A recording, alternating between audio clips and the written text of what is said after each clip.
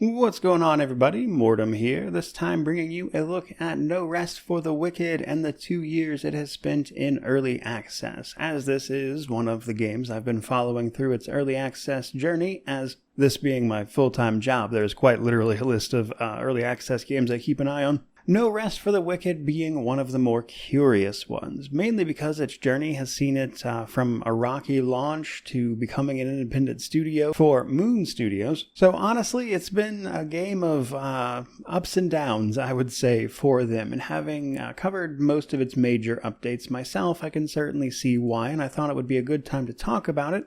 As officially speaking, I believe April 18th was technically the 2-year mark, and they, just a couple months ago, released their big co-op update, which allowed you to finally play the game with other people, which, given the type of game it is, certainly kind of leans in that direction a little more naturally, even if it's not really required to play the game or anything like that. But let's get this ball rolling. So while I have covered pretty much every update besides the big co-op update, and so if you want to hear about those more specifically, you may want to go watch those videos. With this video, I want to give kind of a quick summary of where the game started, what that timeline looked like, and then of course where we are now. And to kick that journey off, No Rest for the Wicked is one of those games that grabbed my attention immediately just based upon the way that it looked. It has an incredibly striking art style that I think has a way of just really pulling you in naturally, and I certainly like games that look a lot like that, and then combined with all the systems and things it was trying to pull together and mixing Souls-like with ARPG successfully, with a modicum of success, which is something I've seen other games try to do with certainly more mixed results. It's a game that, again, just kind of had my attention straight away. And so, when it launched into early access on April 18th, 2024, it was a game I jumped into immediately. I actually paid for it myself, as I recall. And my initial reaction is not all that different from what it was now, which is that when this game was done, it was going to be incredible. But unfortunately, the launch got off to a bit of a rough start, as it was plagued by performance issues. If you watch my initial video on that release, I mentioned much the same. It had quite a few problems with significant crashing, etc., which is probably not a huge surprise then, that all of the stuff immediately following that release was basically hotfixes. There were about 6 hotfixes that went up in about the span of a week after its initial launch, pretty much all of which were aimed at, of course, fixing the most egregious problems and trying to get the game more stable.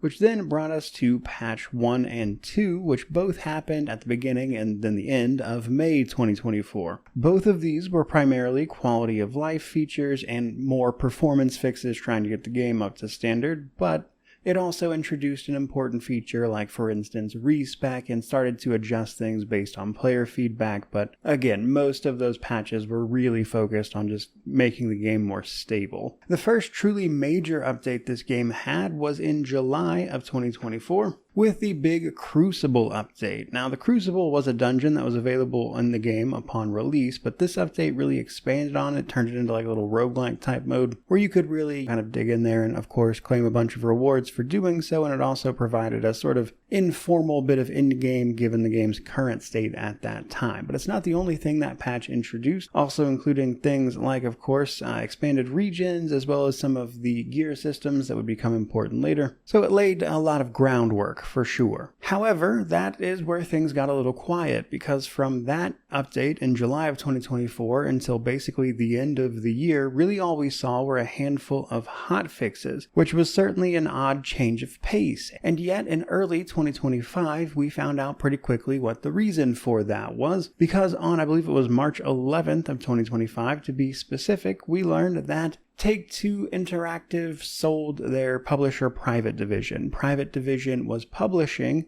No Rest for the Wicked. The initial deal was a very strange one. It seemed like nobody was expecting them to do this, and yet Take-Two specifically decided to continue publishing No Rest for the Wicked on its own. And yet, that deal changed at some point, and so in March of 2025, we learned that because of all of that, Moon Studios had actually worked out a deal to buy back the publishing rights to No Rest for the Wicked, becoming a fully independent studio in the process, which explains the very large lull in time there where we really really didn't see much of updates for this particular title. And we didn't have to wait too much longer afterwards to see a large update, because on April 30th of 2025, we saw the initial big The Breach patch, which unfortunately also was launched to less than stellar fanfare, my own video included. Not terribly surprising when you look back at it, considering that what that patch did was introduce a whole host of different changes and mechanics and stuff that weren't, let's say subject to player feedback prior to them launching it, and then they got that feedback pretty quickly. Nonetheless, that patch included things like expanding the story a little bit, introducing new zones, the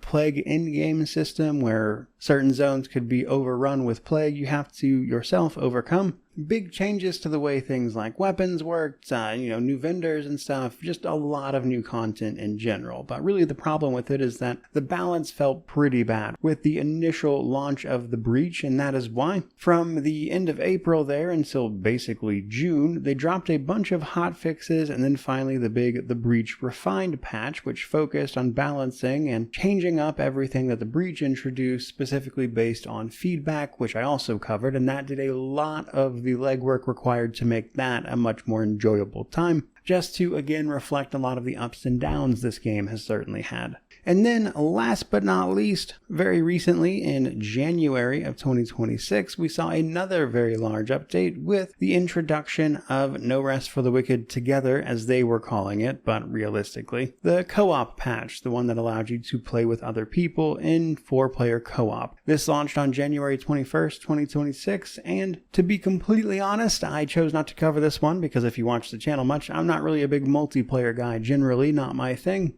And it didn't seem like an update I would personally have much to add on, and so I left that one to more focused people. But obviously, still a pretty big update, perhaps unsurprisingly as well. That update actually brought with it a whole host of changes specifically aimed at how things worked and were introduced into the new co-op mode. And of course, the last couple months they've spent working on that, which brings us to present day. Which hopefully, as you can see, over the past 2 years or so, No Rest for the Wicked has had a very tumultuous time, I would say. A lot of highs and lows in there, and currently, people seem to be pretty happy with where the game is, even if, of course, all the content isn't exactly there, which I guess brings us to the outlook for the future. Like I would imagine many people, what I am primarily waiting for with this game at this point is honestly just the, actual release. They still have things that could potentially implement into the early access period, like the full story's not there. I imagine they may want to introduce something like a PvP system or further refined systems that are already in there, but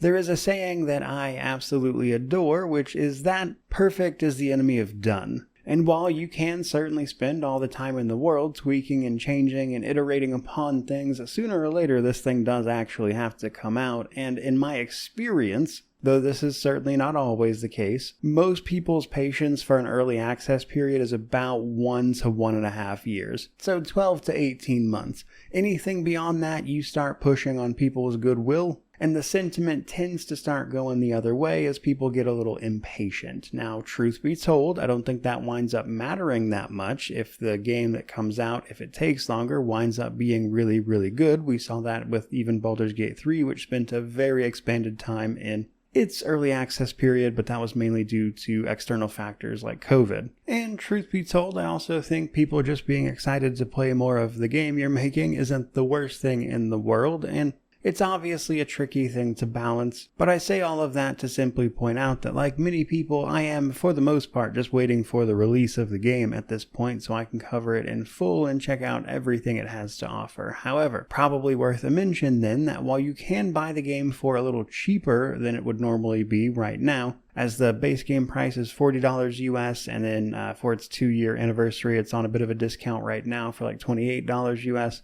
But that price is going to go up when the game releases, as is typically the case with early access, and one of the reasons that you would be incentivized to buy an early access in the first place. Especially in the case of this game, however, because if you're unaware, they're going to be doing a wipe when the 1.0 releases, so the characters people are playing now in early access won't really carry over, which, given that I believe they plan to overhaul like the leveling and stuff with 1.0, And just the fact that it's early access isn't the most surprising thing to ever happen. I just mention it because there's obviously some factors to weigh there in terms of like what works out for you personally. But to sort of start wrapping this video up, as I've stated, No Rest for the Wicked has been a tale of ups and downs, certainly an odd journey through an early access period, certainly plenty of trials and tribulations. However, for me and at least a few other people, I would imagine it's time for this game to start moving towards its final release, which is, especially with the game being independent now, going to have to happen sooner or later,